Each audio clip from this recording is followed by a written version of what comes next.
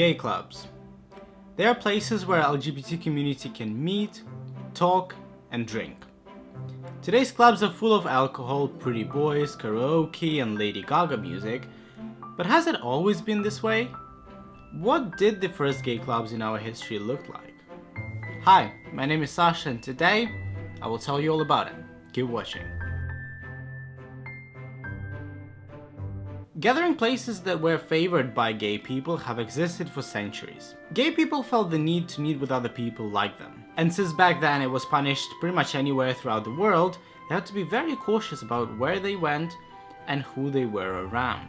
The earliest mentioning of a place like that was a bar called White Swan in London, which was raided in 1810 and has led to a few executions for sodomy. Interestingly, there is a gay bar in London called White Swan, but it's quite far away from the location of the original White Swan, so I assume it was just named after the 19th century bar. Officially though, the very first gay bar in the world was called Zanzibar, and it was located in a city called Cannes in France. Formerly it was a pointed garage for the small fishing boats, but later in 1885 it was transformed in Sailor's Bar. And the stuff that was happening there was quite fishy. At the time it was difficult to qualify it as a gay bar because the word just wasn't invented, but the meetings were there. From the words of locals, as early as 1936 it already had a reputation as a gay bar, although this was probably the case already in 1920. It had very explicit frescoes painted on the walls of the establishment in 1960s by this Russian painter who lived in Cannes and who loved painting young military trainees, sailors, and gypsies. Interestingly enough, he was a frequent visitor of Zanzibar too, so what do you know? Back then, this atmosphere of sailors attracted a lot of people because oftentimes in this profession men would sleep with each other due to a lack of women. And as you understand, because of this reason only.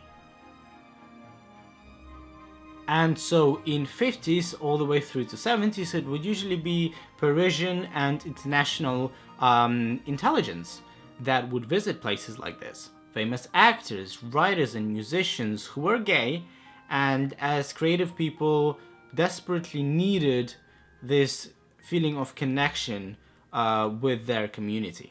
For decades, it was a famous place and it remained as gay bar through 80s, 90s and 2000s. Obviously over time it changed a lot, becoming more of a gay club rather than a gay bar with lots of dancing and music, as opposed to just an establishment where people used to go to innocently have a drink.